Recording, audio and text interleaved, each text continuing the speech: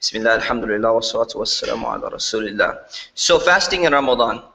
So what is fasting? Ramadan is really mainly about fasting. That's one of the most important things that we do. So let's cover the details of fasting. Fasting is really an exercise in self-control, and it's designed to bring a Muslim closer to Allah subhanahu wa ta'ala. So the goal of fasting is to get you closer to Allah.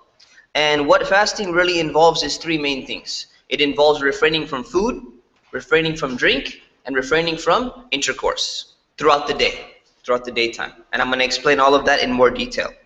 So Muslims are required to fast in the month of Ramadan. It's a requirement. It's not something optional. It's not something that you do if you choose. If you feel like it today, then you go ahead and you do it. If it's convenient for you, you go ahead and you do it. It's something that we're required to do as Muslims every Ramadan. And the reason why it's the Ramadan is a month in the Islamic lunar calendar. There are 12 months in the Islamic lunar calendar, and the 9th month is the month of Ramadan. So we use January, February, March, April, May, and in the Islamic calendar, is a lunar calendar, there's different names for the months. Sha'ban, Ramadan, Shawwal, all of these different months. Dhul Hijjah, Muharram. So Ramadan is the 9th month in that calendar. Okay, and that's what we're using when we say the month of Ramadan. So why Ramadan? Who knows? Why do we fast Ramadan? Why not in the month of Dhul Hijjah? Why not in the month of Muharram? It's the first month. Exactly. That's when the Quran was revealed to the Prophet, peace be upon him. And that's according to some narrations, yeah. So mainly, the main reason is because the Quran was revealed in the month. So what are we actually doing when we celebrate and we fast in the month of Ramadan? We're actually celebrating the Quran. We're honoring the Quran. That's why the Ramadan is called the month of the Quran, because it was revealed, and because we're actually giving special emphasis to this month because the Quran was revealed.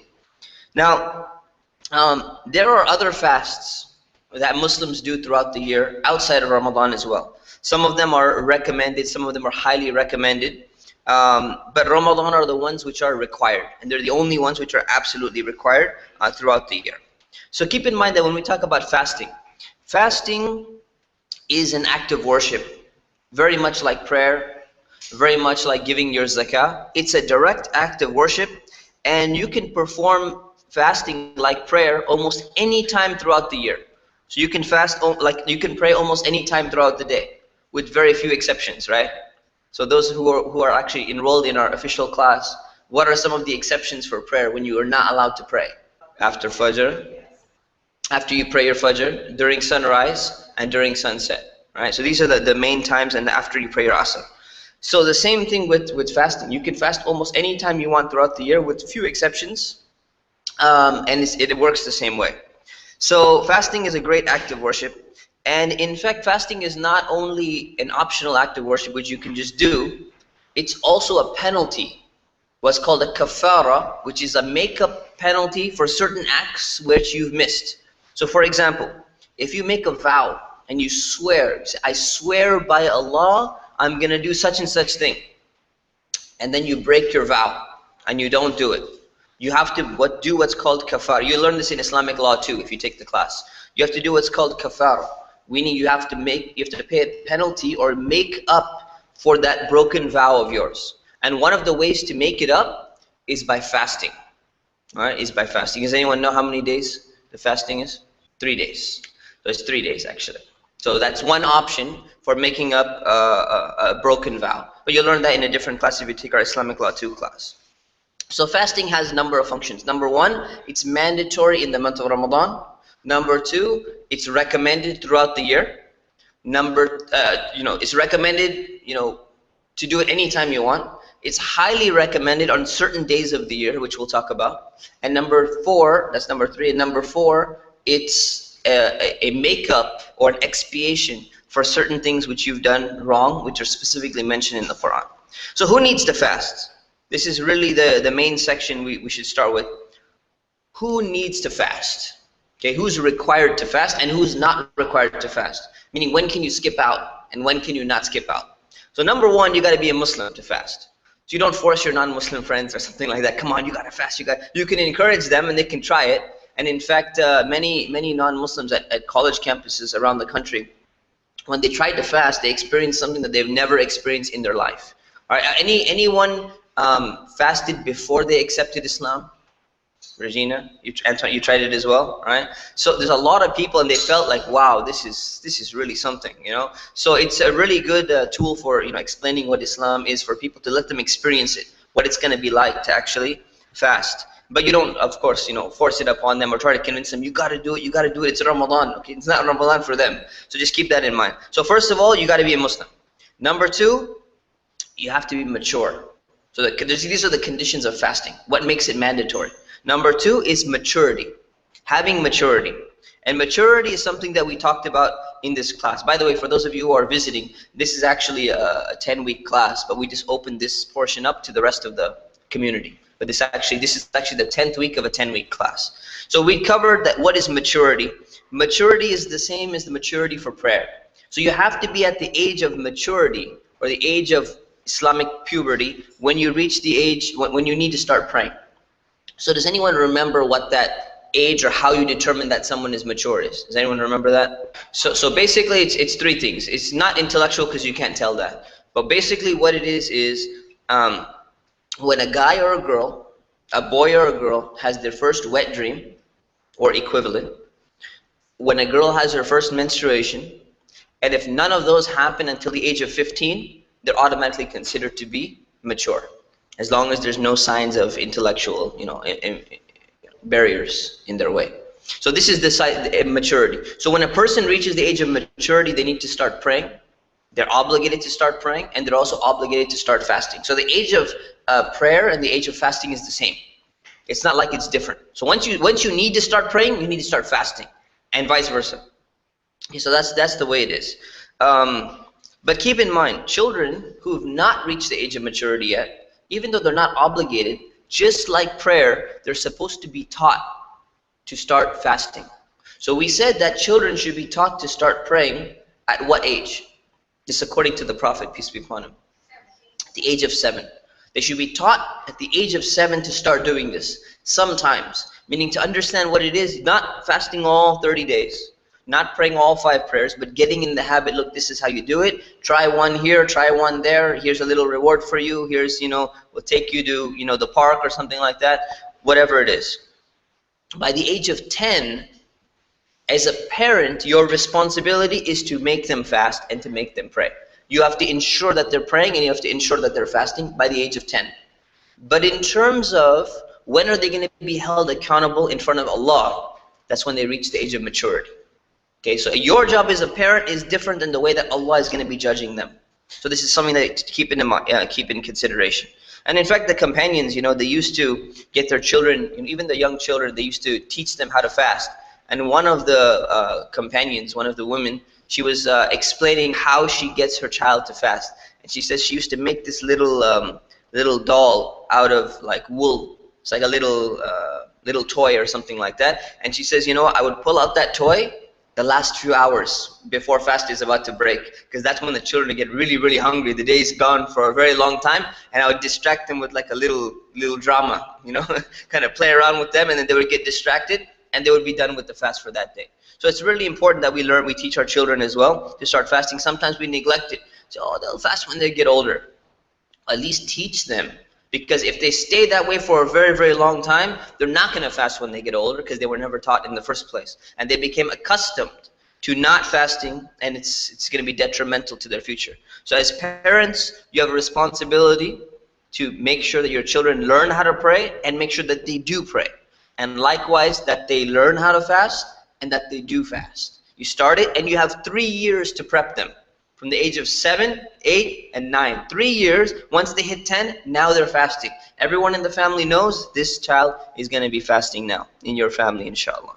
All right, so that's maturity. Number 3 is sanity.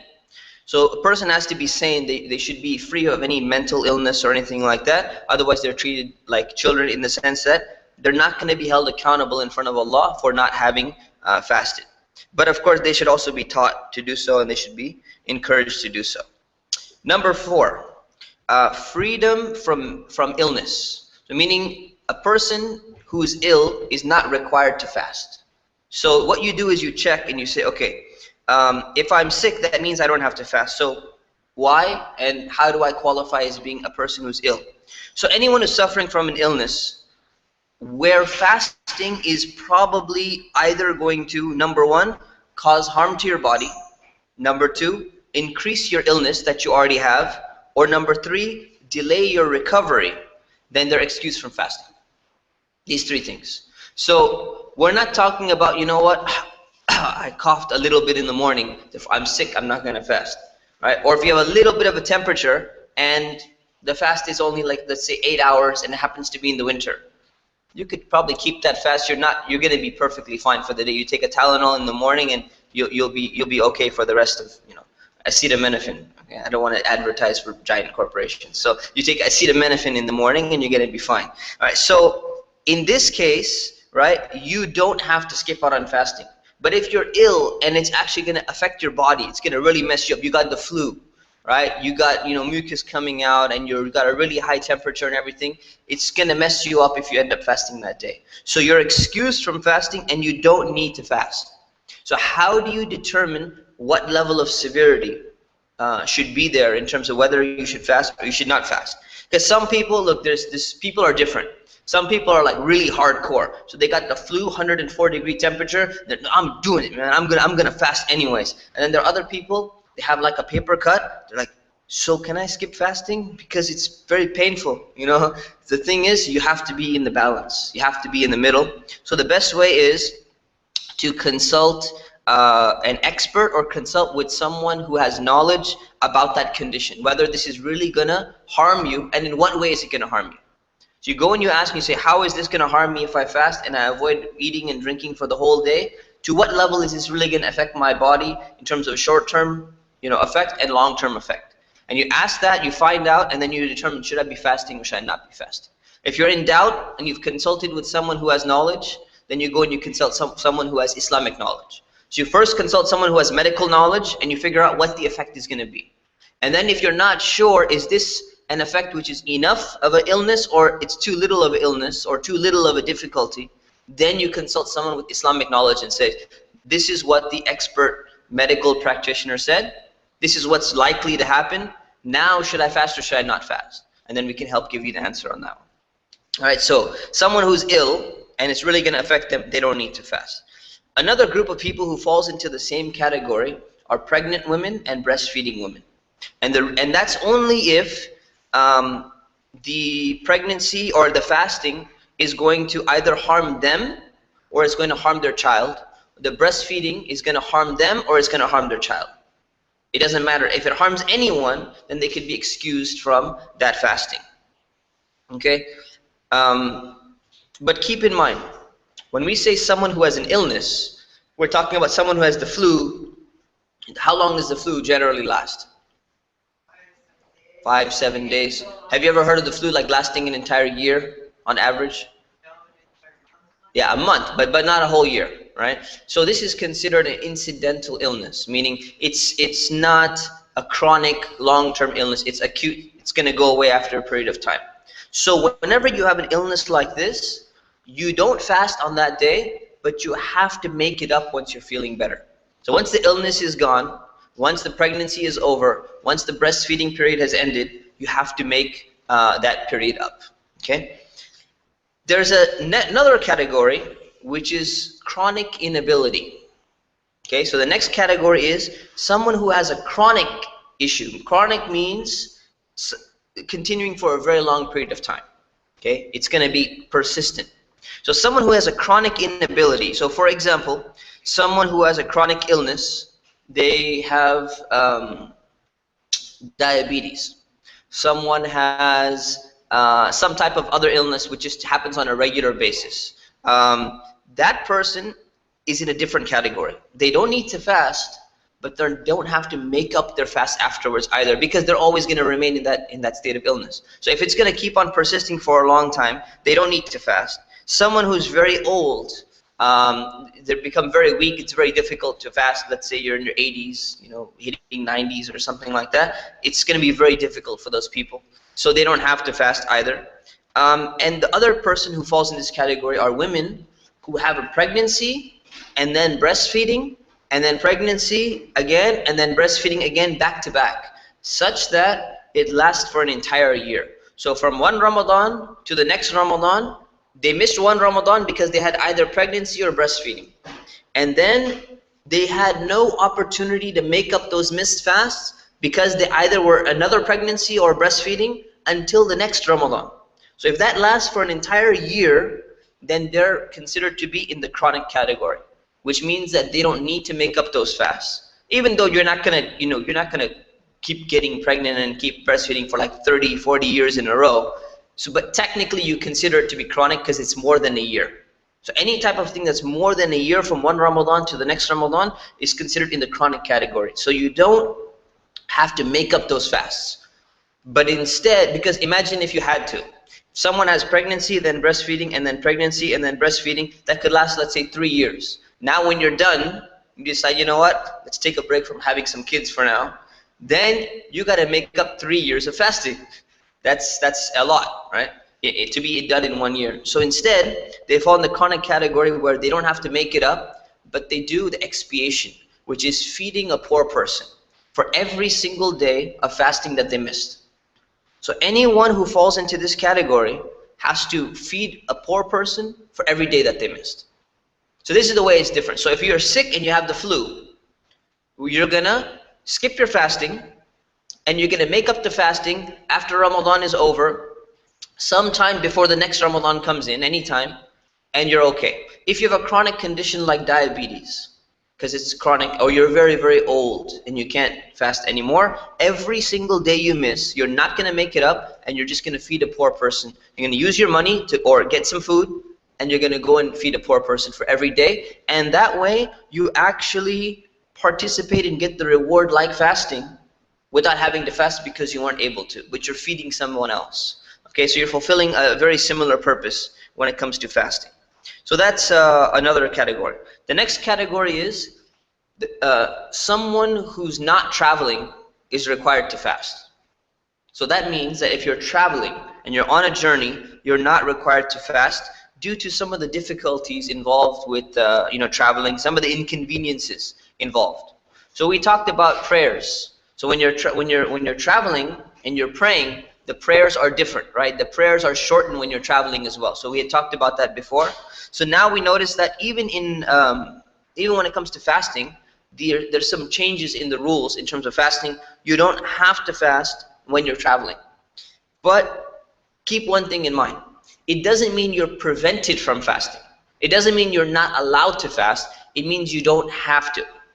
So there's a difference. So if you're traveling, let's say to San Francisco, and it's a very easy trip, and you're just jumping on an airplane and you just fly an hour and a half, and you're gonna land there and everything, you say, you know what, this is a piece of cake. Like this traveling is not difficult for me at all. I handle it all the time.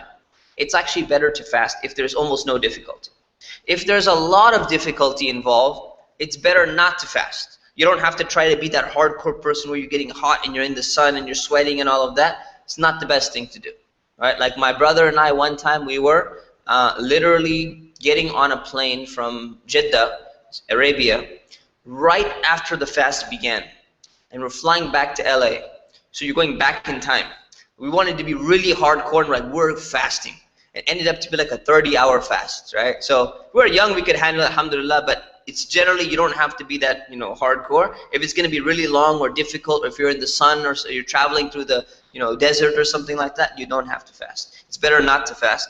You take that. But if it's really, really easy, then just go ahead and fast anyways. So you have that concession, you don't have to fast, and we've seen this concession of traveling even when it comes to praying Jummah prayer. The same thing, if it's easy for you, you're traveling through, and the Friday prayer, there's a mosque nearby, it's better to actually go and, to attend the sermon. But you're not required to, the way you would be if you weren't traveling, if you're a resident. All right, so that's the next category. The next category is being free from menstruation and lokia. Right? So we mentioned that when you're menstruating, when a woman is menstruating, or when she's going through her lokia period, her postnatal period after she gives birth, then they're not required to pray. And there's some other conditions, associated with that. Also, women will not be fasting during that time when they're undergoing menstruation and when they're in their period of lokia, 40 days or less after they've delivered and they're bleeding. So they're exempted from fasting. But Ramadan, so we talked about before in prayer, when a woman has this condition, either she's in her period of menstruation or her period of lokia, does she need to make up the missed prayers? She doesn't need to make up the missed prayers, right? So if a woman is not fasting because of the same reason, does she need to make up the missed fast? The answer is yes. The question is why not make up the prayers, but why you have to make up the missed fast? It's because the prayers are every single day. And if you're missing, at the end, you're gonna be missing so many prayers, you have to make up like 35 prayers right after. That would be very difficult for you. But when is the required fasting? It's only once a year. It's not an everyday thing, it's only once a year. So if you skip like, let's say 7 days or even 10 days of fasting, you can make it up, you have an entire year to make that up, and you're only making up like 7 or 10 or maybe 15 at most, and you can actually split them up over time. It's actually even easier for you. So it's actually not very difficult at all to do that. So Islam came to make it easy for you. It's actually designed to not overburden you. So you don't have to make up those prayers that you missed due to menstruation or lokia period, but you do have to make up the fast that you missed. So it's very important that when a woman is skipping those fasts, she keeps track of them. Keep it, in a database or write it down somewhere so that you don't forget. And I can't emphasize this enough because I get questions all the time. I totally forgot how many I missed. All the time. And from the previous year, I also forgot how many I missed. You need to write it down, right? So you shouldn't be forgetting this. You should remember this. It's very, very important to keep in mind because it's like a debt. It's like a debt that you owe Allah. You skip this many fasts, you need to make up this many fasts. So even for the guys, they should write it down whenever they're missing a number of fasts due to illness or whatever it is. Okay? So that is the fasting. So those are the requirements, okay, in terms of who must fast and who doesn't need to fast. The next thing is to determine the month of Ramadan. How do we figure out when the month of Ramadan is exactly? So something you have to keep in mind is that it's really, really important to figure out the beginning and the end of the month of Ramadan, because that's when you're going to be fasting, and that's how you're going to know when to start and when to stop. So Muslims use the Islamic lunar calendar, like I mentioned before. And the Islamic lunar calendar has 12 months. It's not linked with the seasons like the solar calendar that we use in America is. And the year consists of, anyone know how many days in an Islamic lunar year? 11 days short. It's 11 days short. So to be precise, 354.37 days. Okay, those are how many days are in the Islamic lunar calendar. And that's because the mean time between new moons is 29.53 days. Okay, to be precise. So basically what that means is every single day in the Islamic lunar calendar is either going to be 29 days or 30 days. It's either a 29-day month or a 30-day month, but it's not fixed. So like January is always how many days? 31. And February, okay, forget February. March, April is how many days? It's always 30, right? But when it comes to the Islamic lunar calendar, that's not the case. So 1 year it can be 29 days, 1 year it can be 30 days. So it fluctuates. It can be one of these two, and it can't be anything else. And there's no leap year or anything like that, like February has leap year. So this is because you have to make an adjustment in certain calculations. So the adjustment happens automatically in the Islamic lunar calendar rather than having a forced adjustment. So this is, the lunar calendar is determined by the lunar phase that you find in the sky. So the way that the sun shines on the moon and our position on earth relative to looking at the moon and the position of the moon relative to the earth is going to determine what you see in the sky. You're going to either see a little tiny thin crescent, or you're going to see half crescent, or you're going to see a full moon, and it varies throughout the month. So we actually have a seminar about that tonight at 5:45. If you can make it for that seminar, I really recommend you come. But that's the way the month is generally going to be determined, based on the lunar phases. So the beginning of the month is determined when there's no moon, the moon is not visible, and then all of a sudden that little tiny faint side of the crescent begins to be shown initially. That's considered to be the beginning of the month. So what we do, that's called the new moon crescent. That's called the new crescent, the crescent of the new moon.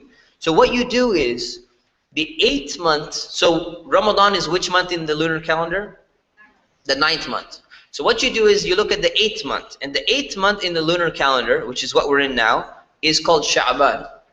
So Sha'ban is the 8th month, and on the 29th day of Sha'ban, you look at the crescent, and you see, can you see the beginning of that crescent, or you can't see it? If you can see it, then that means the month of Sha'ban is over, and the month of Ramadan has begun.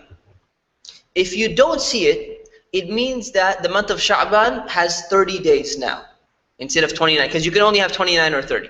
So what you do is, on the 29th of Sha'ban, Muslims used to go outside, they look out in the sky, and they look for the moon. If they see the moon, the little tiny part of the moon, they say, okay, it's Ramadan the first, starting tomorrow now, because we saw the moon, and today's the 29th of Sha'ban. Sha'ban had 29 days, and now we start Ramadan the next day. If they don't see it, it means that Sha'ban is going to have 30 days, and it's going to automatically be seen tomorrow for sure, because Sha'ban cannot have 31 days. So Ramadan will be the following day, the day after. Okay, so that's the first way to determine what's happening. Now, Muslims should be trying to figure out exactly when the moon is going to be visible. And this is something which has been practiced throughout history for a very long time, that you search the sky on the 29th and you start checking. So when you start checking, what do you do with that? So what you do is, if you see the moon, or someone else sees the moon, the new moon, the crescent of it, they take these sightings and they report it to a recognized Muslim authority. So there are, in the past, there used to be an Islamic state, and there was a Khalifa in charge of that Islamic state. So they would report it to the official, headquarters of the Khalifa, who's the leader of the Muslims. And then they would take those sightings and say, okay, who's the person that sighted it? In what location did they sight it? What did they claim to have seen? And they look at it and they determine, is this person reliable? Is this sighting seem to be accurate? Does it seem to be reliable in any case, shape, way, or form? And then they're going to determine whether or not they should start the month of Ramadan or not. Should they accept the testimony of these people who claim to see the moon or not? Because otherwise, any random person can just say, oh, well, I'm just going to go ahead and lie and say, yeah, I saw the moon. So there's some criteria involved in accepting the testimony of a person who's claiming to sight the moon for the beginning of Ramadan. Today, if we don't have a Khalifa or a Muslim leader, we should at least go to recognized Muslim authorities like a council of scholars or something like that. In the absence of a council of scholars, we're going to have a lot of problems. Or in the absence of having a council of scholars, but the Muslims are not following that council of scholars, we're going to have a little bit disunity in this regard, especially in a locality. And that's one of the reasons why we kind of have this. There are different opinions, and there's no unanimity, because there's no real recognized council of scholars in our area. So it's okay. It's not the end of the world. We're still going to be fasting, but you got to keep in mind that there's some room for the real reason why there's people start on different days is because of the lack of a central authority established and respected among the Muslim community. It's not due to this person doesn't know this, and this person is weird, and this person is backwards. And the real reason is we don't have a centralized authority. And if we did, the problem would be solved, because everyone else would have to give up their own opinion, and they'd have to follow that authority. And that's the way it would actually have to be. So generally what would happen is you give this information to the authority, and they determine whether or not they're going to start Ramadan or not. One of the ways that they would determine it is they would check and say, look, is there an obstruction in the sky? If there was an obstruction in the sky that you weren't able to see the moon, for example, it was a cloudy day, or there's fog, or whatever, there's very cloudy or something like that, you can't really, it's not easy for the average person to see the moon when it's very cloudy. You may not be able to see it.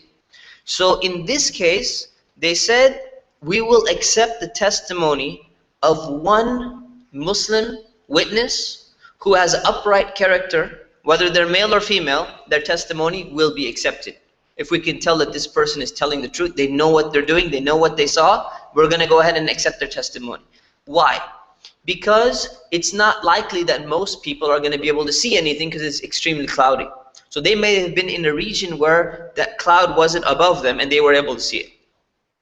But if the sky is clear and there's no obstruction in the sky, then 1 or 2 or 3 people is not going to be sufficient to validate that they saw the crescent and Ramadan is going to be started the next day. Why? Because it's very easy for everyone to figure out. Everyone should be able to see the moon if it's there when the sky is clear. So this person is claiming to see it, yet everyone else who was looking, no one else saw it. So why did this guy see it, but all these other people didn't see it? Something doesn't seem right. So the criteria is, if the sky is clear, there has to be a large number of people who are reporting having sighted the moon. Otherwise, their testimony is not going to be accepted. What is the exact number? That's there for them to determine, right? So there's flexibility in determining that. Now, here's a little side issue which is interesting. Probably not going to happen to you, but it's interesting. If you see the moon by yourself, you see the moon and you're sure that you saw the moon, but you go to the Muslim authority and your testimony is rejected. They say, no, we don't trust you, or we think you were hallucinating or something like that. You didn't see it, but you're sure. You have a feeling, you're pretty sure. I'm pretty sure I saw it. You're supposed to fast by yourself, but not go around telling other people about what you saw if your testimony has been rejected. Why not? Because you're going to cause a fitna, or you're going to cause division and problems in the community if you start telling them, look, they rejected me and I saw it and I'm telling you and this and that. The goal is not to go and create disturbances and problems in the community. But you still, since you saw it and you have that level of certainty in yourself, you have to go ahead and fast yourself. So you have certainty for you, but not certainty for other people. All right, so that's just an interesting theoretical issue to keep in mind. Now, if the moon is sighted anywhere in a land where Muslims are present in that area to some extent, meaning there's some type of Muslim community in that area, then the month of Ramadan will begin for every single Muslim around the entire world. And this is according to the majority of scholars. Some scholars have said, no, it's every locality has their own sighting of the moon. But this means that if in Argentina, and there's a Muslim community in Argentina, if they see the moon and they let the people everywhere else in the world know that, you know what, we saw the moon, all Muslims are going to start fasting the next day. So the sighting of that moon in that community is going to count for all Muslims in the entire world. And this is the majority opinion. Okay?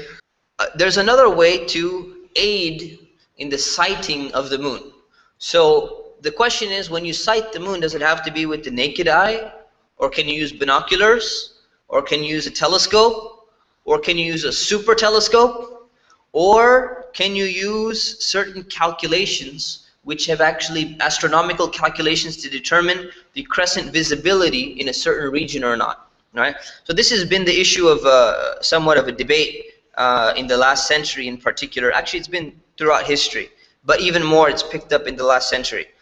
So there's a few things. One of them is to use astronomical data. You're allowed to use astronomical data, according to one opinion, in order to reject somebody's sighting, but not to confirm somebody's sighting. So if somebody comes and says, you know what, I saw the moon, and then 3 guys come and they say, we all saw it right in this location and everything. And you say, look, according to the calculations which we have, in that region, at that time, you said you saw it at 7:03. 7:03 in that location at that time, there's no way you could have ever seen the moon, because it should not have been visible. Unless you guys have like, Superman eyes or something like that, there's no way you could have seen it. So what happens is their testimony can be rejected based on these astronomical calculations, even though it would have been accepted otherwise. That's one opinion. The second opinion is to use astronomical calculations to validate the beginning of the month of Ramadan without even anyone citing it. They say, if it's visible in Argentina, and there are Muslims there, but the Muslims, they all fell asleep for some reason, and they decided not to go out of their houses and even check for the moon. We know that it's visible in Argentina right now. So the fact that it's visible, we're going to go ahead and we're going to say that since it was visible for sure, the month of Ramadan is going to start the next day, even though no one physically saw it, but we know it was there. And in the right region, in the right location, we're going to go ahead and start it. All right, so that's something that you should keep in mind. And in fact, there's a lot of discussion about whether or not we should use the calculations to acknowledge the beginning of the next month or not. And that's the entire 2-hour seminar tonight, 5:45 p.m., about whether or not we should use these calculations and how accurate they are and the history of these calculations and the science behind these calculations. Okay, so I would really recommend you check that out coming back tonight at 5:45. And that's as long as the data is highly reliable, right? So that's, keep that in mind. How do you determine the end of the month of Ramadan? So now you're in Ramadan, you know when it started. You're fasting, you're fasting, you're fasting. To determine the end of the month, you start searching the sky, you go outside. Which day do you think of Ramadan you go out to check? The 29th. You go out on the 29th of Ramadan and you start going around and looking in the sky to see, is Ramadan going to be 29 days or is it going to be 30 days long? And if you see the crescent, it means, what does it mean? It means Ramadan is over. Ramadan was 29 days. The next month is starting tomorrow. So that's how you determine the end of the month of Ramadan. So if it's either seen or calculated, according to that opinion, the next day will be the first day of the month of Shawwal. So you have Sha'ban before Ramadan, and Shawwal is the month after Ramadan. So Shawwal, just to make sure you're awake and following along, is what number month in the Islamic calendar? 10. Very good. Okay.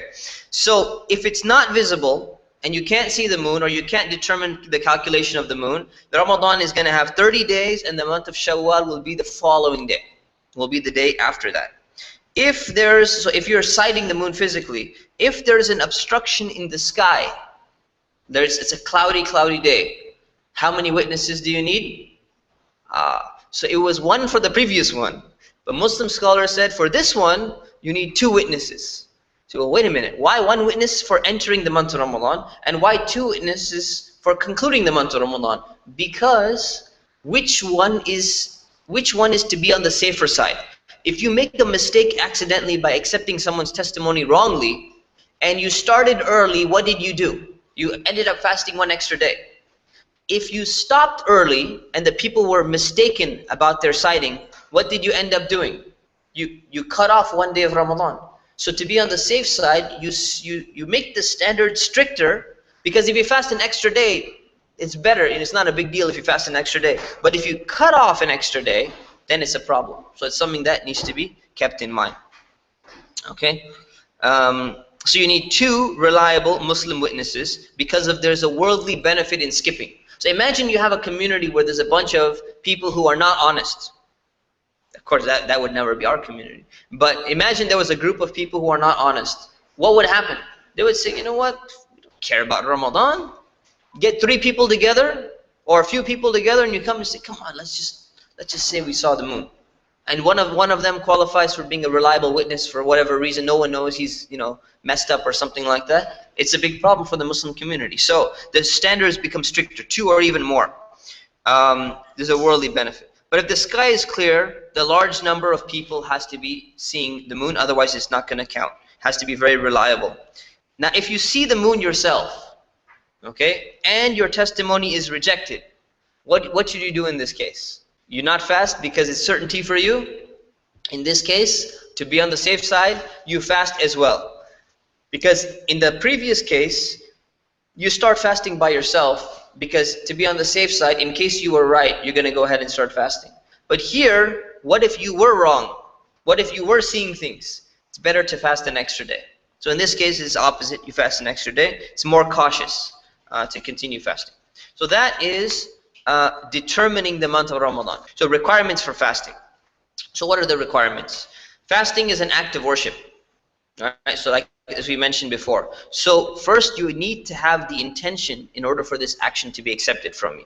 So how could you not have the intention and how could you fast possibly? Well, imagine you woke up and you had the intention of dieting.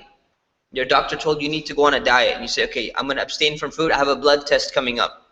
And you go, you abstain from food, you abstain from drink, and then all of a sudden you're like, oh, well, will this count as my fast as well? No, it's not going to count as your fast unless you actually intended it, not only to have the intention for doing it for your blood test, but you had the intention to actually fast for Allah as well. So you have to have the correct intention, right?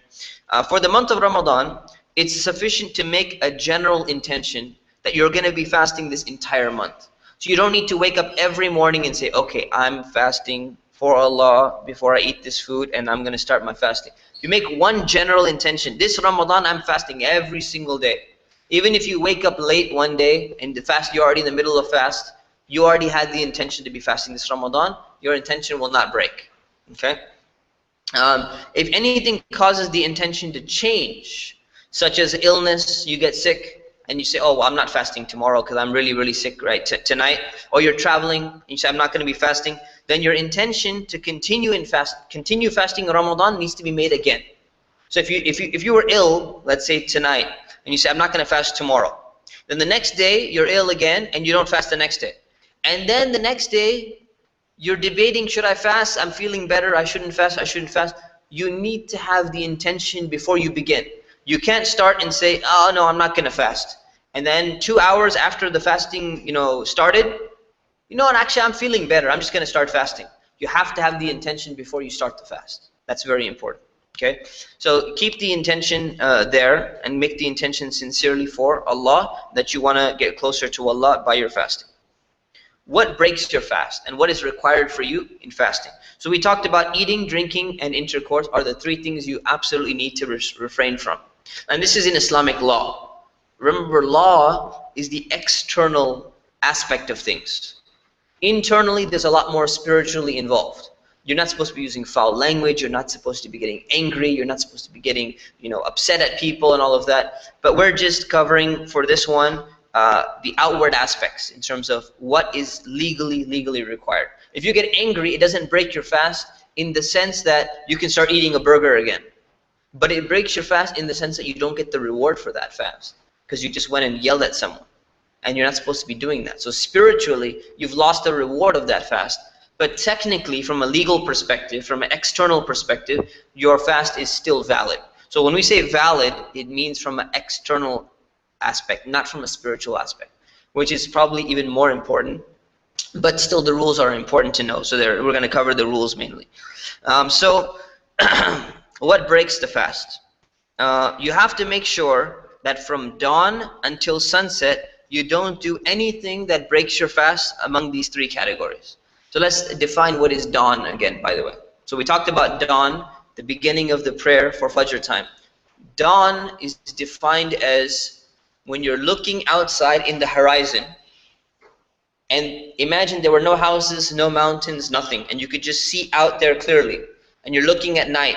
As soon as you see the white streak of light start coming out in the horizon, that's called dawn, the breaking of dawn. Okay? It's not sunrise, and many people confuse sunrise with dawn, and they're 2 different things. So keep that in mind.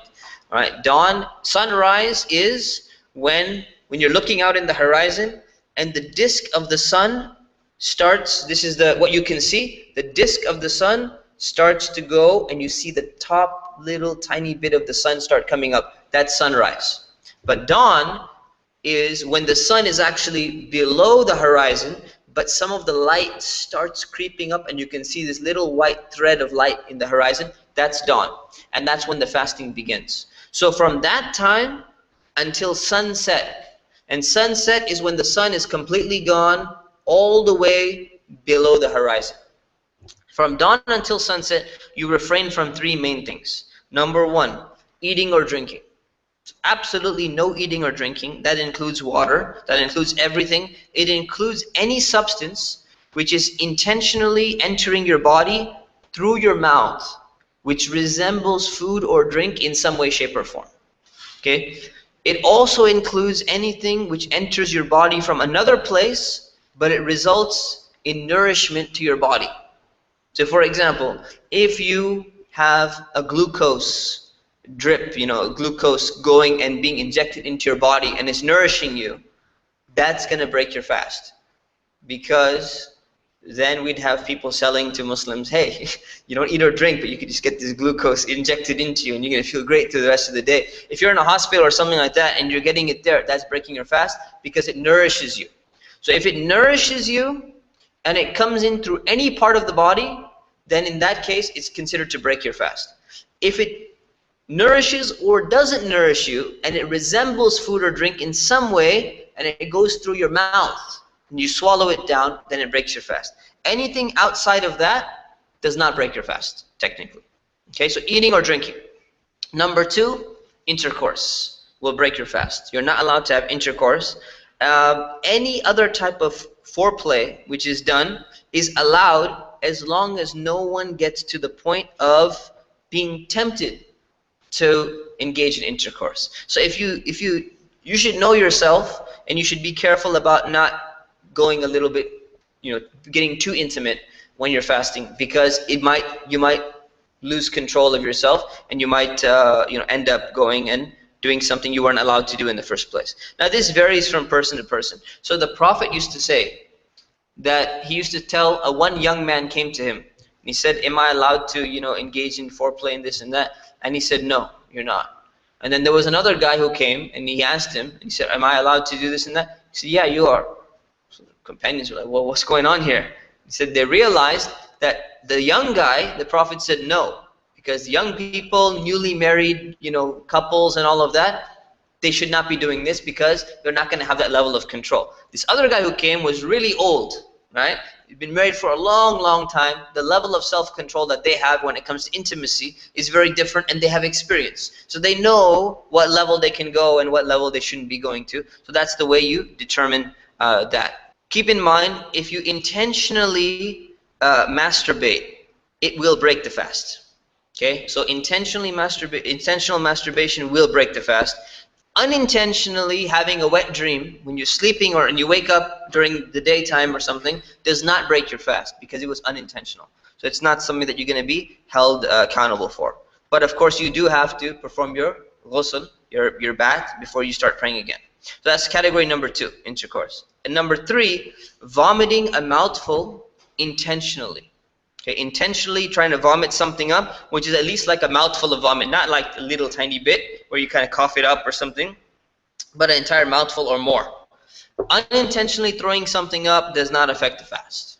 Okay, so if you're sick, you get sick and then you vomit something up, it doesn't break your fast. But if you try to vomit intentionally, you try to induce yourself to vomiting, that will break your fast. Okay, so these are the things which do break your fast.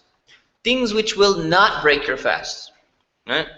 If any one of these things, so by the way, if any one of the things which you're not allowed to do, if you do them forgetfully, and you totally forgot and you did them, your fast will not break, and you don't need to make up your fast, because that's something that you just weren't paying attention, you totally forgot. So in the middle of the day, you're thinking, oh man, I'm so thirsty, and it's been a long day, and all of a sudden you just pick up that water and you start drinking. You get a burger and you say, these are really good fries, these are my favorite fries, and you ate like 5 fries, and then, oh my God, I'm fasting.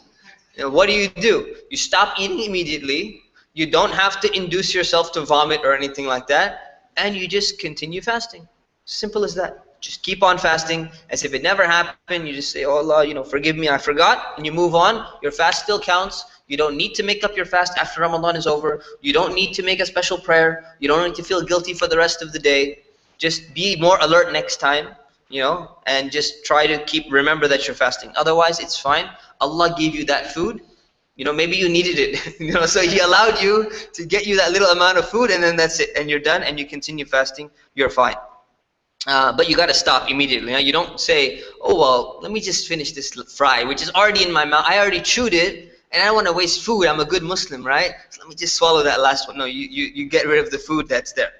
Now, the following things, which are very common, they do not break your fast. Okay, these are like the most common questions, and they don't break your fast. So the first 3 categories, I said they do break your fast. These are the things which you might think they do, but they actually don't. Number 1, tasting food without swallowing the food. So if you taste food and you don't swallow it, then it doesn't actually break your fast. Now obviously this is disliked unless you have a good reason. So you don't go to the farmer's market and say, oh, samples? Can I just taste that? I'm fasting, by the way. I'm just tasting, okay? You taste the sugar and you taste that. And this is for people who are like working in a profession as like being a chef.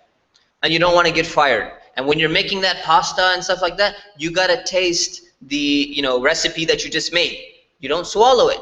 Just taste it with the tip of your tongue. If you see like enough salt, enough sugar, enough spice or whatever it is, and then you spit it out. It's mainly for cooking, pretty much. So you do that if you have a good reason. So you're working as a chef or something like that, you can spit it. You just taste it and you spit it out, and you're good. The food is going to be prepared. Like the people who are preparing the food in the mosque over here, for people who are breaking their fast, right? You know what's going to happen if they don't taste it and there's the wrong amount of salt and everything? You got a lot of people who have gone the entire day without food, and they're expecting the food, and imagine what's going to happen to that cook. Right? No, obviously we're going to be very easy on the cook, but keep that in mind. Okay, so you can taste it, but you don't swallow it. You spit it out immediately, and you don't try and like, it's really good, let me taste a little bit more. Just taste what you need to. Number 2, chewing food without swallowing it. So chewing, not meaning food per se, but chewing something without actually swallowing that thing. So if you chew something, like let's say even chewing food, right? If you have a good reason for doing that, it's allowed. If there's no good reason, it's disliked. You shouldn't be doing it. So why in the world would you chew food without wanting to swallow it? If you have to chew it for your children, for example. Your children are not fasting and they're little, and you need to chew something to, just soften it up for them, and then you put it in their mouth. So you're allowed to chew that food for a reason, as long as you don't swallow any of it and you spit out whatever remnants are there. So that's not going to break your fast, because technically you didn't swallow anything.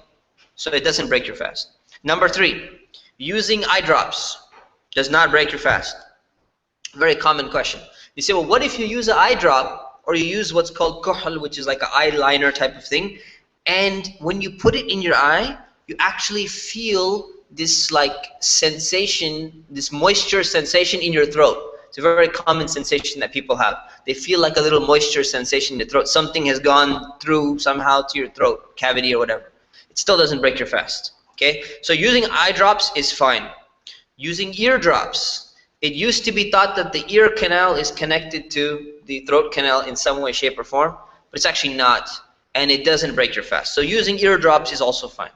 Using a nose drop, even though the nose is connected to your throat, is also fine, as long as you're not sniffing it in, it gets to your throat, and then you swallow it. So if you swallow it, then it's going to break your fast. If you don't swallow it and you just put the nasal spray in, or you just put the nose drops, but you're not getting anything in your throat and then swallowing it. If it gets to your throat and you spit it out, you're fine. So using nose drops is also fine. And using an enema is also fine. If you don't know what an enema is, you probably thank Allah. Enema is something that people need for medical reasons. Inserting from the rear end. Okay, so putting that's also fine. Those things are not nourishing, and they're not directly connected to your stomach cavity. It's not going to be nourishing you or anything like that.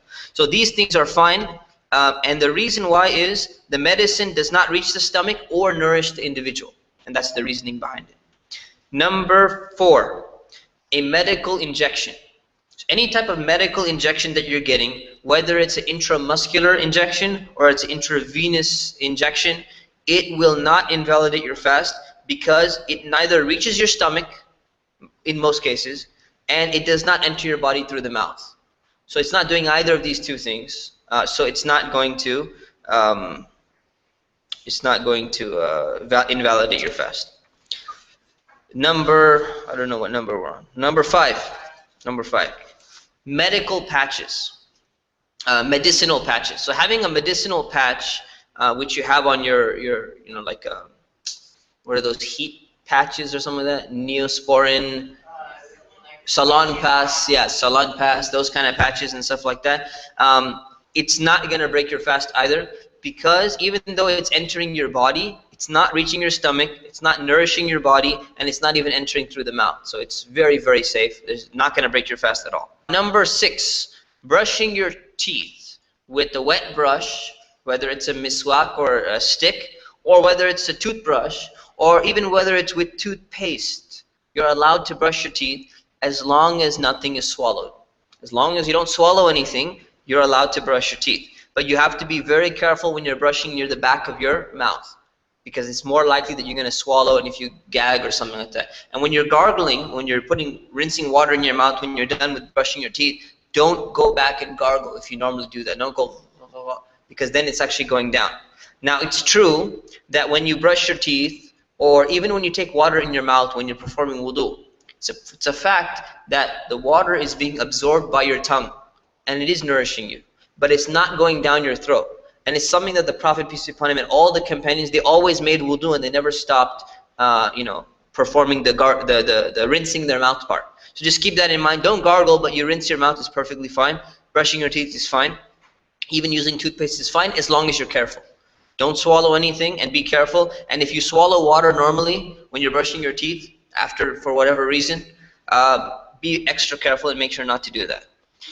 Number 7, swallowing small bits of food that have been stuck in your teeth already when you were eating the morning breakfast. Right? And small, when we say small, small, like little tiny sesame seeds or something like that. Right? Because you just generally consider them to be kind of mixed in with your saliva, and you're not intentionally eating those things. They're just kind of stuck in there. You can't just keep spitting out all the time. Some little tiny pieces will be stuck in your mouth. So whatever you swallow of that is not going to break your fast, because you're not even intending to eat any of those things. It's just left over. Try to brush your teeth after you eat your morning breakfast, and you should be fine. The next one is giving blood. So giving blood does not break your fast, but it's disliked to give blood if it's going to weaken you and it's going to make your fasting more difficult for you. So it's better not to give blood if you think you're going to get weak. But if you're tough, you've given blood before, you're like, it doesn't bother me, I don't even get lightheaded or anything, you can go ahead and give blood and it's not a problem. It will not break your fast. Next one is using an asthma inhaler. Now this is a lot of debate among scholars about the asthma inhaler and whether or not it can be used.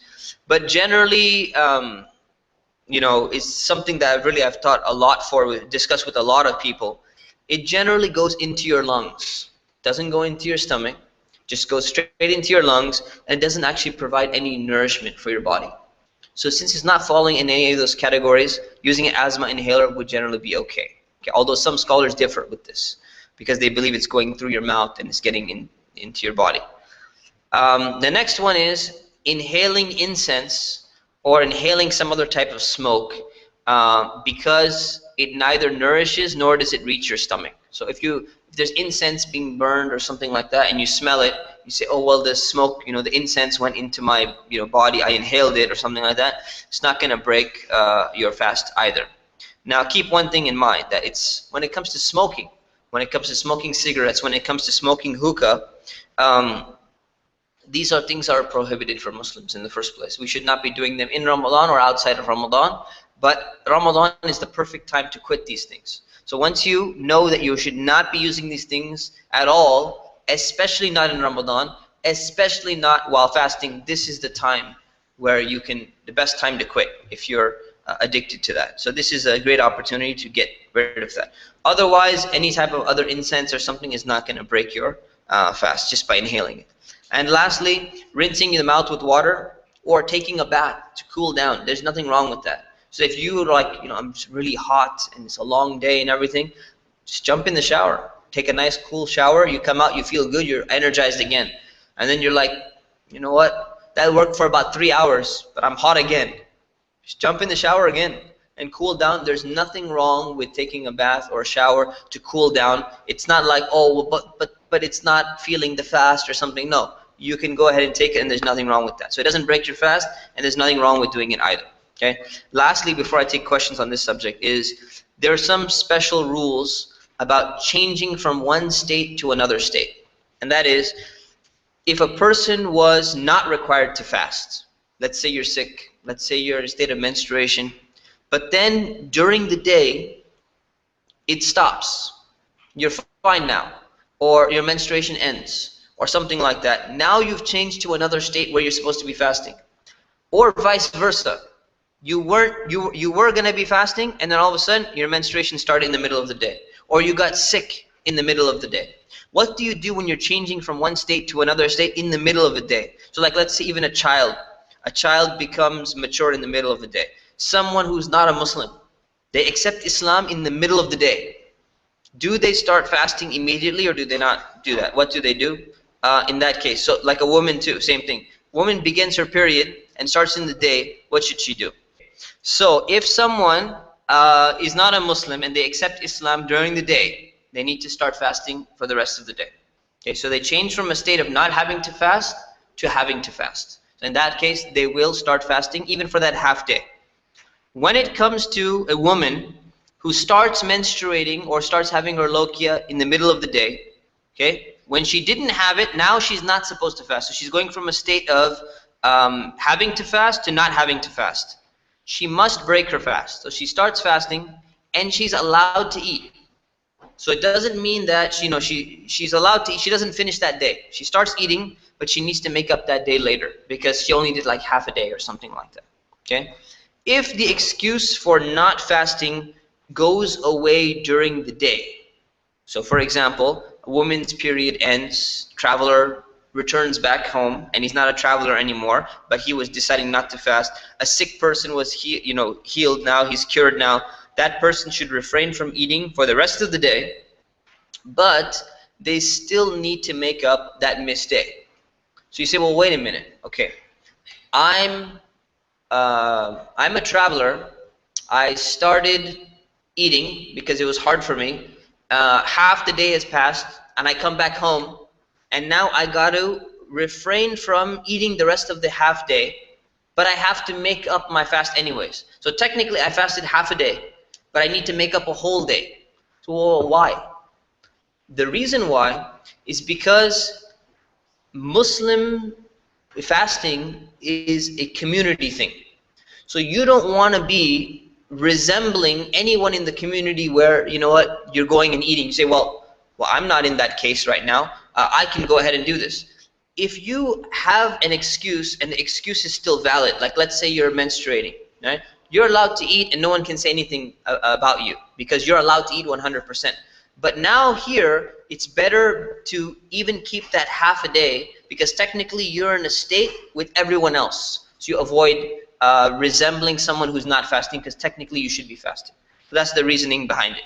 Okay? Whoever is excused from fasting, if you're ill, menstruation, whatever else it is, try to eat in private. Don't eat around other people because it might give them the illusion that you're violating Ramadan or something like that. So all of a sudden, if someone doesn't know, someone's eating a burger and everything, and they're like, what are you doing, man? This guy's eating. And they may not even ask you, right?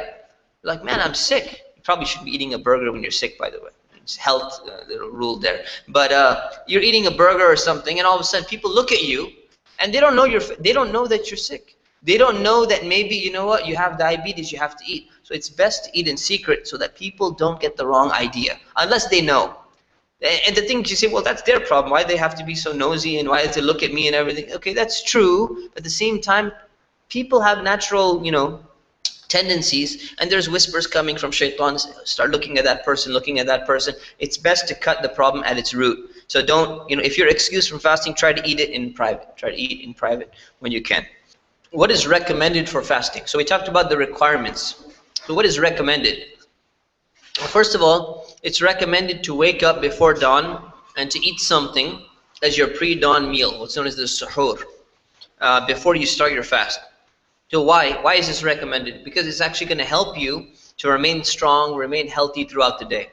A lot of people become lazy and they just say, oh, I'd rather just sleep an extra 30 minutes than eat that extra 30-minute meal. I guarantee you that eating that, even if you wake up for 5 minutes and eat something, drink something, is going to help you more than if you had that 5 or 10 minutes of extra rest. So it's very important. The point is not to make your life difficult. The point is not to get tired during the day. The point is to fast and stay in control of yourself, but you need to make sure that you have that meal. And in fact, it's actually better and more recommended to delay that meal until right before the fasting begins. So if you say, well, oh, you know what, I usually stay up till like 2 o'clock in the morning. So I'll just go ahead and have my meal at 2 o'clock in the morning, and then I'll just wake up for Fajr prayer at like 5 a.m. and I'll pray my Fajr and I'll skip the rest of the meal. It's actually better that you sleep at 2 a.m. You wake up again right before the fast starts. Let's say it starts at 4:50. You wake up at 4:40 and you eat for 10 minutes. It's better that you do that because it's closer. It's more, blessing in that time anyways. And it's something that's recommended. The Prophet, peace be upon him, and all the companions, they used to do the exact same thing. And also on a side note, you should eat healthy food for breakfast. I have to emphasize this because the Muslim culture has become, in many cultures, especially like Arab culture, Desi culture especially, they eat like fried ground beef or something like that for breakfast. Okay, this is not healthy. Eating like really oily fried foods in the morning is definitely not going to keep your energy sustained. You want to eat something that's what generally was called a little bit of complex carbohydrates. What they do is they give you energy, but the energy releases slowly over a long period of time throughout the day. You want to eat a little bit, maybe sugary foods, little bit of sugar to get you some energy. You want to eat something that gives you a good balanced nutrition that you need for the day. And likewise when you're breaking the fast as well. So it's very important to eat good stuff as well. It's also recommended to begin fasting about 5 to 10 minutes before the actual time of dawn. Right? So don't just look at the time of dawn. It's better to maybe 5 minutes before you start. You stop eating 5 minutes before or something like that. And the reason why is that, one, so you don't accidentally keep on eating and drinking beyond the time. And two, because the calculation that's done for exactly the time of dawn, it's a little bit difference of opinion in terms of how it plays out. So it's better to be on the safe side and keep some little bit of a barrier. And that's recommended, so it's not a requirement. But if you do, it's better. When the sun sets, all right, when your fast is over, it's recommended to break your fast immediately. So why immediately? Right? You might think, well, if I fast an extra hour, that's even better. I fasted more. So no, you actually break immediately to show that you're following the prescribed way of fasting that the Prophet, peace be upon him, taught us, and that way that Allah taught us. So it's not about you going and doing what you think is better. It's about following the way that the Islam actually taught you. So if you're in traffic, you're driving home, and you're stuck in traffic, and you know you're going to be stuck in traffic, you make sure to keep like some dates, or you keep something, food with you in the car, or some water, so that you can break your fast while you're in the car. If you have nothing, you should actually pull over to a gas station, get some water, get a drink, and break your fast, and get back on the road again. So you should be breaking your fast exactly when the fast is over, to show that you're following the prescribed way. Okay, so that's important. It's also recommended to break your fast with an odd number of dates. And this is the practice of the Prophet, peace be upon him. So if you have dates, everyone knows what a date is pretty much. It's a type of little fruit, has a lot of sugar, has a lot of calories too, but it's very, very healthy, and it gives you a lot of energy. It's very healthy, and there's been a lot of actually scientific studies that show that dates are a very good source of nutrients, and it's great, especially after you're done fasting. It helps you rehydrate your body, helps to rebuild some of the things that you've lost while you were fasting. So you break it with an odd number of dates. Either 1 date is enough, or 3 dates, or 5 dates, or 7 dates, any odd number of dates. And if you have no dates, then you break it with water. So this is what the recommended thing is. First option is dates. If you don't have it, or if you don't want it, then water when you break your fast. And that's why you'll notice that in Ramadan, Muslims always have dates with them. And you'll find that everyone is going and buying a giant box of dates.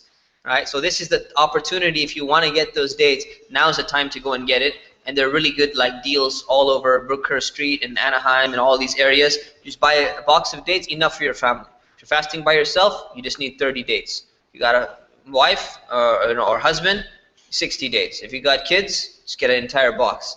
So you got your dates for the entire month. When you're breaking your fast, it's recommended to recite this following supplication, and that is ذهب الظمأ وابتلت العروق وثبت الأجر إن شاء الله. And that means the thirst is gone, because you were thirsty the whole day. The thirst now is gone, because you're going to be breaking your fast and eating. The veins are moist, because you were like, out of water basically. And the reward is affirmed if Allah wills. Meaning that I'm going to be rewarded for this fast if Allah wills, and I'm breaking my fast now. So this is the supplication to make when you're breaking your fast. You can say it in English, it's perfectly fine, however you say it.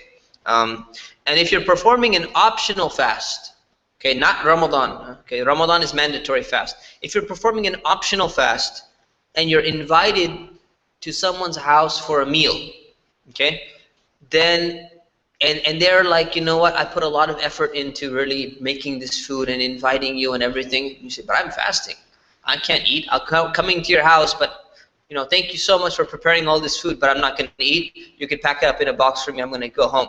That's kind of messed up, right? So actually, it's recommended to break your fast if the person is really going to feel offended. They put some effort into it, even though because it's an optional fast and you can break it. So you break that fast. It's recommended to break that fast, and it's not more pious to say, you know what? No, sorry, I'm fasting. You know. But Ramadan obviously is a different case. Right? Ramadan is a mandatory fast. You're not going to break that fast. So this is what's recommended during fasting. Let's talk about making up missed fasts. Okay, so whoever misses a fast and they need to make it up, they're allowed to make it up at their leisure. At their leisure means they don't need to make it up immediately after Ramadan. It can be done 1 month later, it can be done 3 months later, it can be done 7 months later, and some people who really want the easy way, guess which season they choose to fast in when they make up their fast?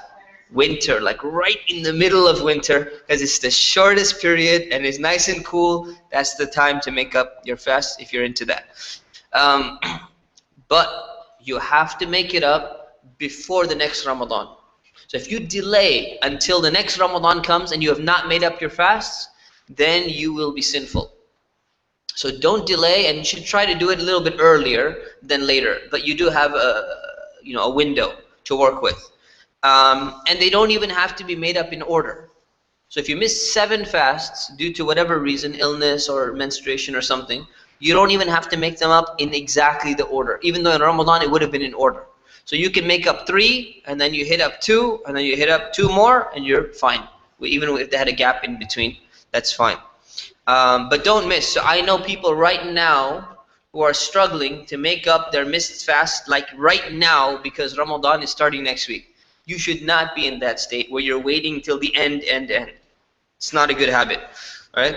Whoever missed more than 1 fast, I just said it, can either you can make them up consecutively or you can make them up intermittently. You can make them up with gaps in between. But obviously, if you did consecutively, it's better. Why? Because it resembles what you actually were doing in Ramadan. It's better and it's more closer to the way Ramadan was. Whoever's not made it up until the following Ramadan, like I said, if you don't make it up by the next Ramadan, you're sinful. But do you still have to make it up? Yes. It doesn't just drop and you say, oh, okay, I got the sin, but I'm not going to make it up. You still have to make it up, but you're late. It's like a late prayer. It's sinful for delaying a prayer without any good excuse, but you still have to make it up. It doesn't just drop and go away. So you're still going to be held accountable. So you got to do that. There's a penalty for violating the sanctity of the month of Ramadan. So we talked about this word kafara, which is a penalty for doing something which you weren't supposed to do. So there are some rules in Islam where there's a penalty. You have to do something. Like you have to fast this many days, you have to pay this much money because you didn't do something you were supposed to do. Like breaking a vow was one example. Whoever intentionally breaks their fasts in the month of Ramadan by eating or by drinking or by having intercourse in Ramadan, not only do they have to make up that fast, but they have to pay a certain penalty as for doing what? For violating the month of Ramadan. The month of Ramadan is a special month. Everyone's supposed to be fasting, and you decided, you know what? You were in a really, really bad mood. You were in a rebellious mood that day. So I don't care. I'm just tired of this fast. I'm going to eat something. And then all of a sudden you realize, you know, what did I do? Why did I do that?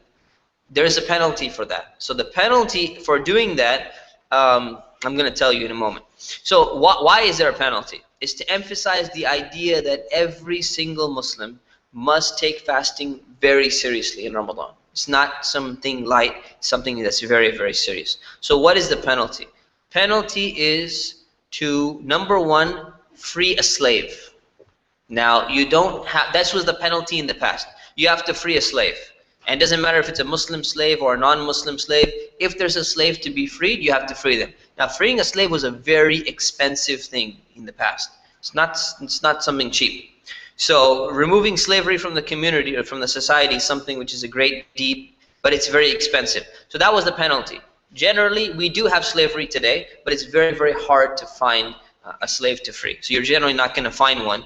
And then you say what kind of slave? There's these kind of slaves, and then there's the people who are being used for prostitution. They're considered to be slaves and all that. How do you free them when there's like a gang mafia running all of these operations? It's very hard to even do that. So if you're unable to do this, then and pretty much there's no one in this community is going to be able to do that. You're going to have to fast for 2 consecutive months straight. That means 60 days. You fast consecutively straight. It's like 2 Ramadans. So you mess with Ramadan one time, and you have to make up 2 months of Ramadan outside of the month of Ramadan. All right. And when you're consecutively making up these things, anyone who has an excuse in the middle, so you say, well, okay, wait a minute. Let's say I have to make up 60 days of fasting. In the middle of fasting, I have my menstruation. So it's not consecutive anymore. Well, as soon as it's done, you have to resume again.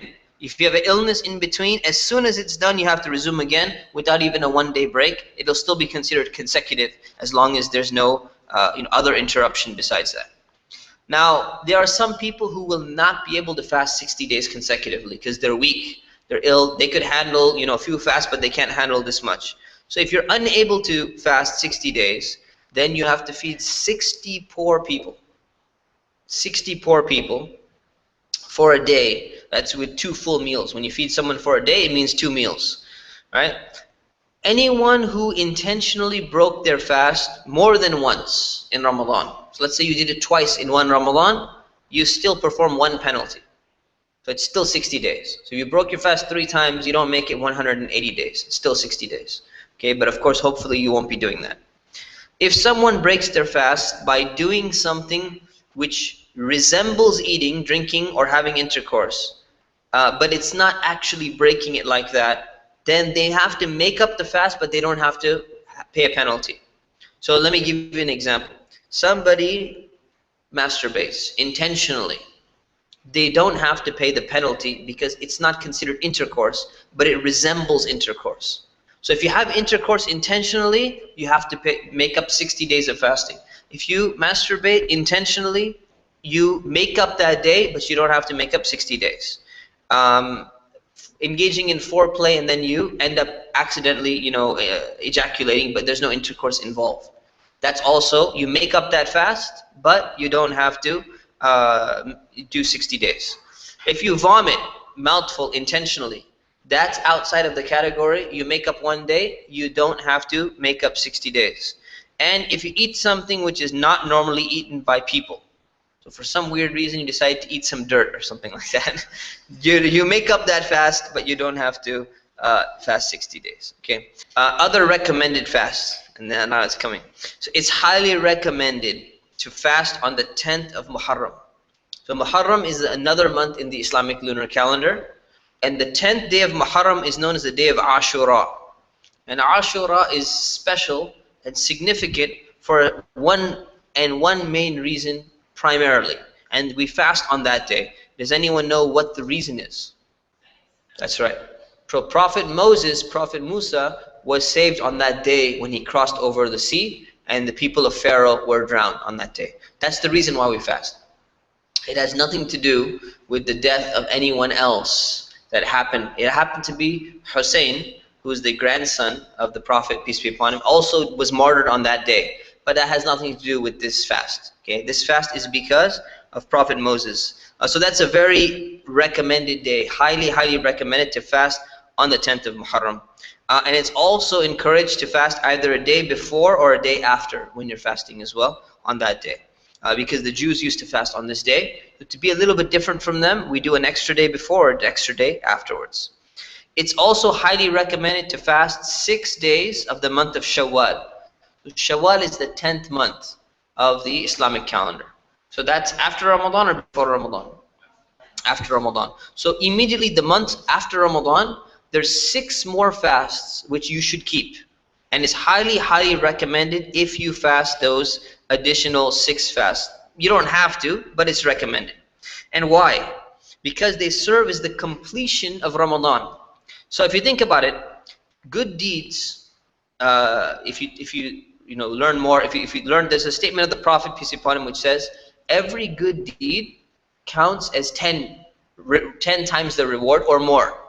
So if every good deed counts as 10 times, when you fast Ramadan, you're fasting a month, right? That month of fasting is multiplied by 10.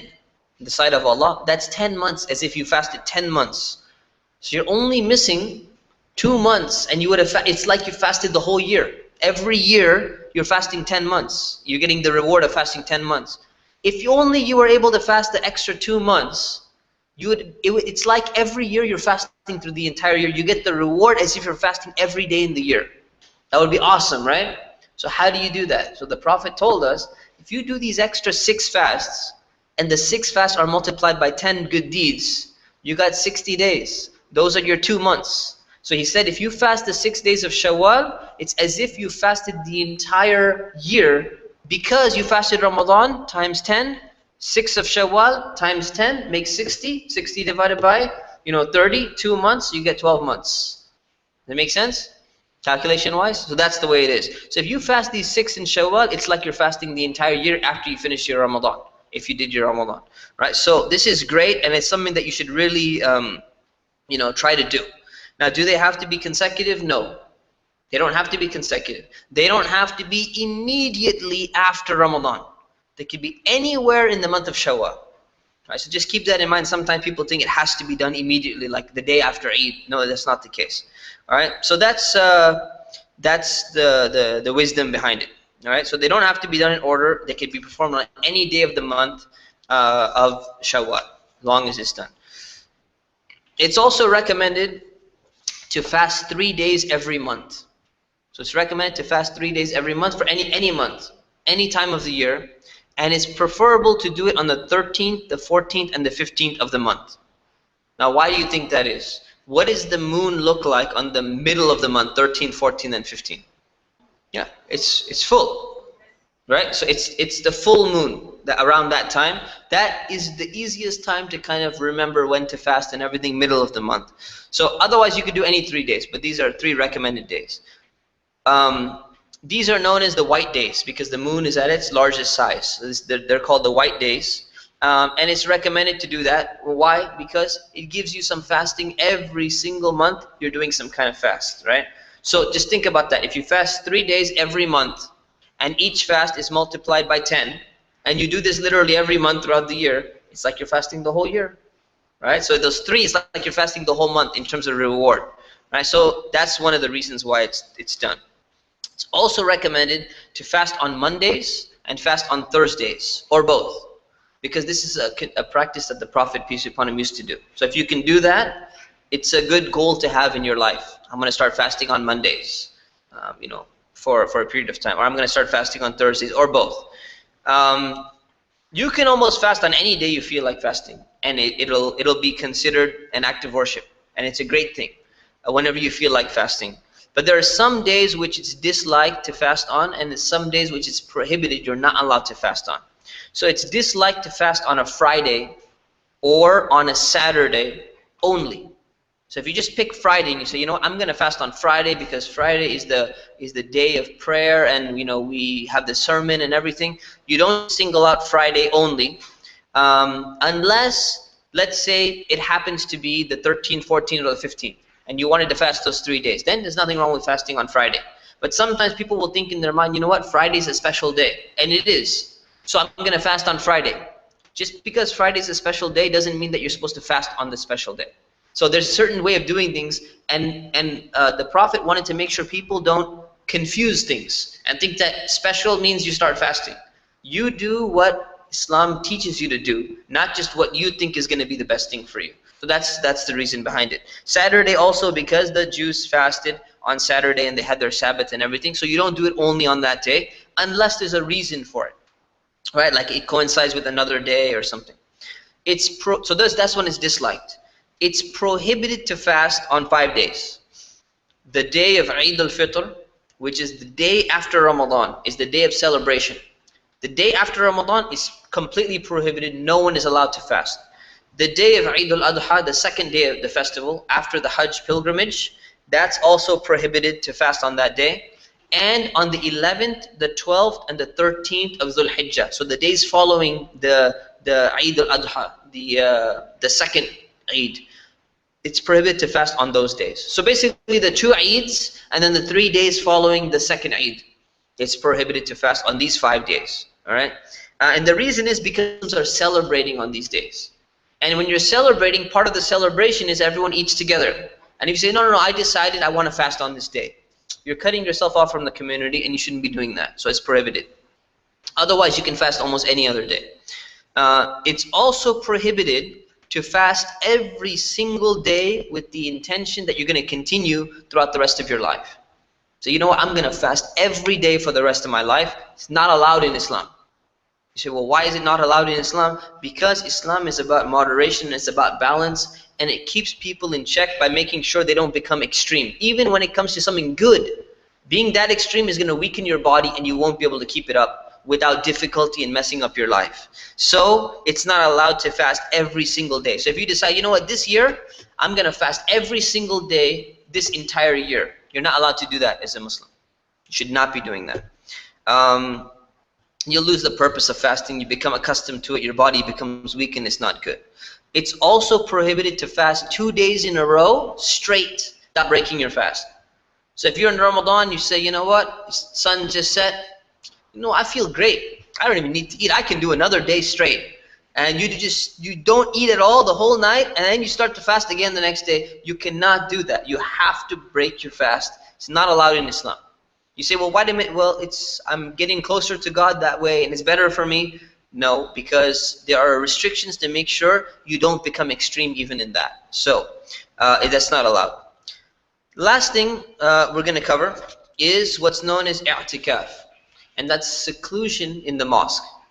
So i'tikaf is something which is highly recommended, that someone goes and they seclude themselves inside of a mosque for a period of time. The most recommended one is the last 10 nights of Ramadan. So Ramadan has, let's say, 29 or 30 days. The last 10 nighs, or as many as possible, it's really, really recommended that you go and you stay inside the masjid. This is called i'tikaf, which means seclusion. And you can do it any time of the year, but in Ramadan it's really, really recommended, the last 10 nights of Ramadan. What is a mosque? Let's talk about what is a mosque. Because many mosques around here, they're rental buildings in a commercial area. So is that considered to be a mosque, or it's not considered to be a mosque? So a mosque actually is defined by the intention of the people who started that mosque. And one of the conditions is that as long as people are generally praying in that place 5 times a day, even if it's one person or something like that, usually they're praying 5 times a day, it's considered to be a mosque. If it's not, and they're not praying 5 times a day, they only open for Friday, or they only have 2 days, they're open and then they're closed the rest of the week, it's not considered to be a mosque anymore. It's called a musalla, just a place where people pray, but it's not a mosque. So you go and you isolate yourself inside of a mosque in the last 10 nights of Ramadan. This is known as i'tikaf, and it's a great act of worship. So what are the requirements? What do you have to do? What do you mean isolate yourself in a mosque? What do you do exactly? The requirements are very simple. You do 2 things, all right, in order to be in a state of i'tikaf or seclusion. Number 1, you stay inside the mosque and you don't leave without some kind of necessity, all right? You just stay there. You can be reading Quran, you can be doing whatever you want, you could be even just having a conversation, try to focus on something that's beneficial. But the fact that you're inside the mosque and you decided, I'm going to stay here, I'm not going to the mall, I'm not going home, I'm not going shopping, I'm not going anywhere else, I'm going to stay in the mosque for these 10 days or whatever period you can do, it's a great act of worship. I said with necessity, leaving without necessity. So what is a necessity? A necessity would be that you need to go out in order to get some food.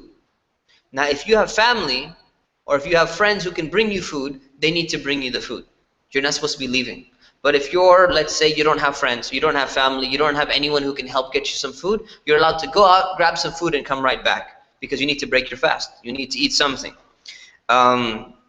Helping someone in an emergency situation.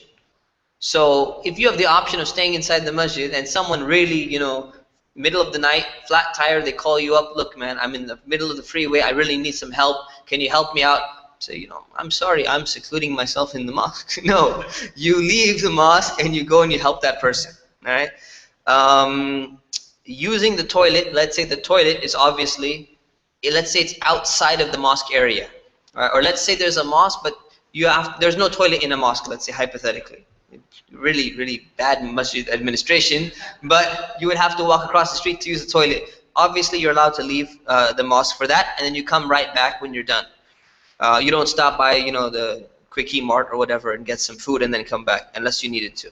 It's only allowed to leave for the amount of time that would be necessary to perform that required task, the thing that you need to get done. Women who feel safer and more comfortable to perform the i'tikaf in their house may actually do so in their house, provided that they're inside that part of their house which is designated for prayer. So most places they have this place in their house where this is like the prayer area.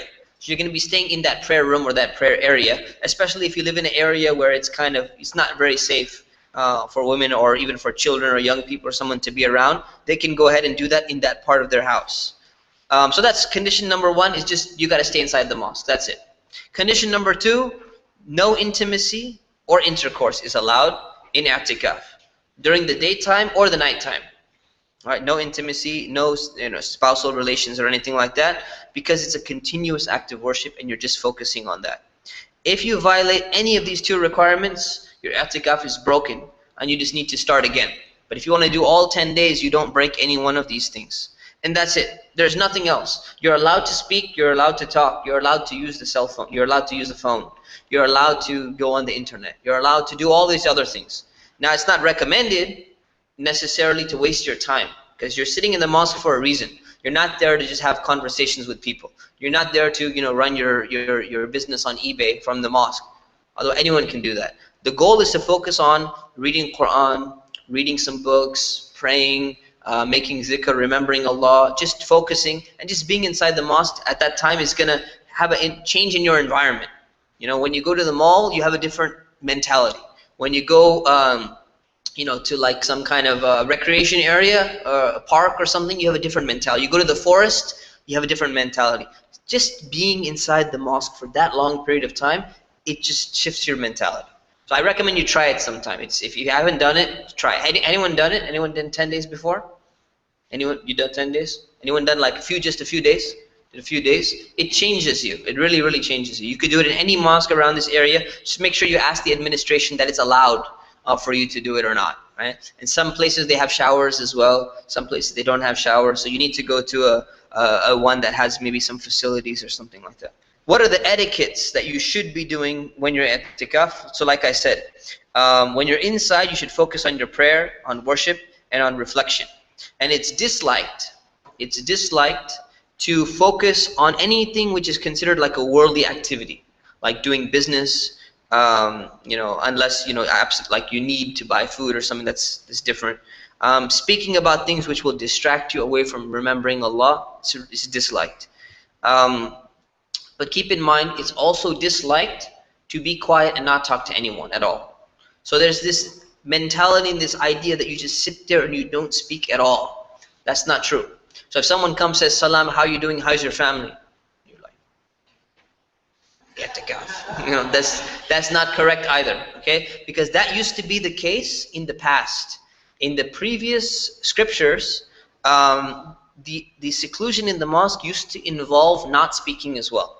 And you find that in some of the stories, like Zachariah, when he was not speaking for a period of time, that was part of his i'tikaf and his seclusion in the mosque. But that's not for us anymore. So we're not supposed to resemble, because what happens is there are people who go into like meditation for days on end. The Buddhists have it, Hindus have it, some Christian monks and stuff, they have it. And when it comes to Islam, Islam is supposed to be not resembling other people. There's good practices where we do the same thing among the good things that they do, but Islam is supposed to actually stand out and be a little bit unique. So there has to be some differentiating factors, and this is one of the very important differentiating factors that we are allowed to talk when you're in i'tikaf. Doesn't mean you become a chatterbox or something, but at the same time you're allowed to talk when you're in i'tikaf. So that's a common misconception. And lastly, the day after Ramadan is the day of Eid, and it's known as Eid al-Fitr, which means the festival. Eid means festival, Fitr means breaking, fast breaking. So it's the festival of breaking your fast. And this is basically a celebration for Muslims.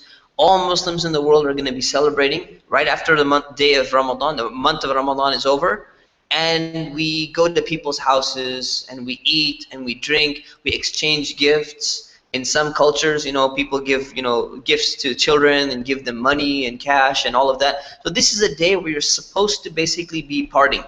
You're not supposed to be sitting at home. You're not supposed to be by yourself. You're supposed to be enjoying yourself, going and meeting other people, going to people's houses. There's an Eid prayer in the morning, and then the rest of the day, you're supposed to have fun. You're supposed to meet people. You're supposed to enjoy.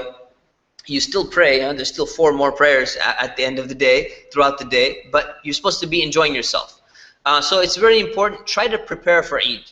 And my advice when it comes to Eid, if you have children in particular, children look around living in as Muslim minorities. They look around and they see, Christmas is full of lights, and they see Halloween is full of devils, or full of decorations and stuff like that. There's always something going on, right? And when it comes to Eid, if you make the family like a boring Eid, your children are not going to really enjoy Eid. It's oh wow, look, it's Eid. We're going to drive to the place, we're going to pray, and then we're going to go home and you're going to watch me talk to Uncle so-and-so while you sit in the corner and be bored out of your mind with some kids who you've never met in your life before, and you're probably not going to meet until next Eid again.